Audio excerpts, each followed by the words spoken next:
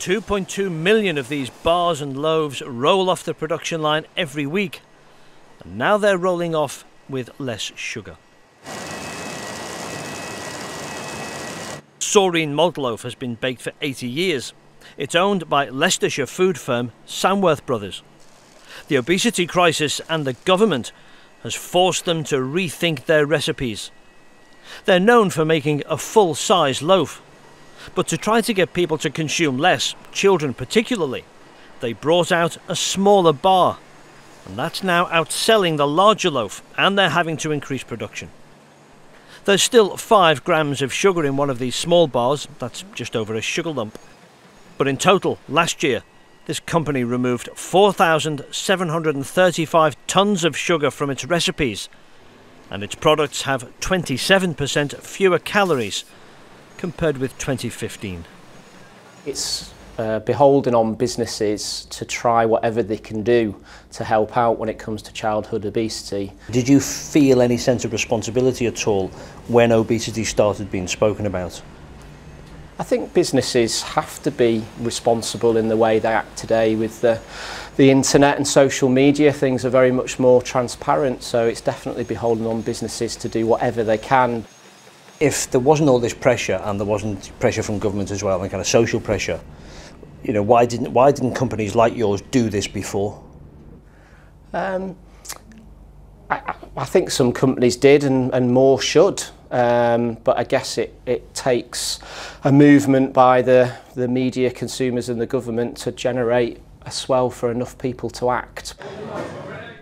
It's not just Saurine which is changing its recipes. Well, let's get that in there. This is the College of Food, and here a big brand, for commercial reasons we can't tell you who, has come to them asking them how they can take 25% sugar out of one of their most popular puddings and still make it tasty. Good luck, well done. Food producers and the restaurant business are changing how they do things because customers want healthy choices. Well, primarily these guys have to be good technicians. They have to be really good chefs because they're going to cook for customers that want to go out, indulge a little bit, maybe treat themselves and have a great time. But they also have a responsibility to be aware of what they're cooking, respond to special requests, etc. So it's vital that they understand the nutrition, the cookery methods that they're using to produce really good, healthy food.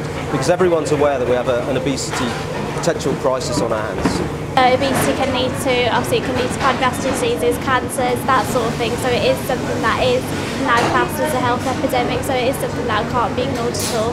Since the government have made changes to the law, certainly with the sugar tax and also increasing the fibre targets, manufacturers have had to reformulate their products to meet those targets. So obviously that's quite a hard thing to do.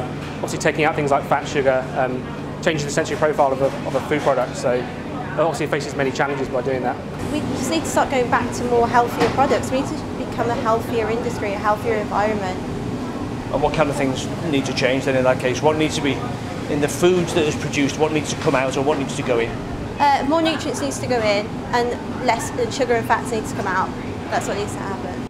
It's a challenge the food industry now seems to be tackling. Mark Gough, ITV News.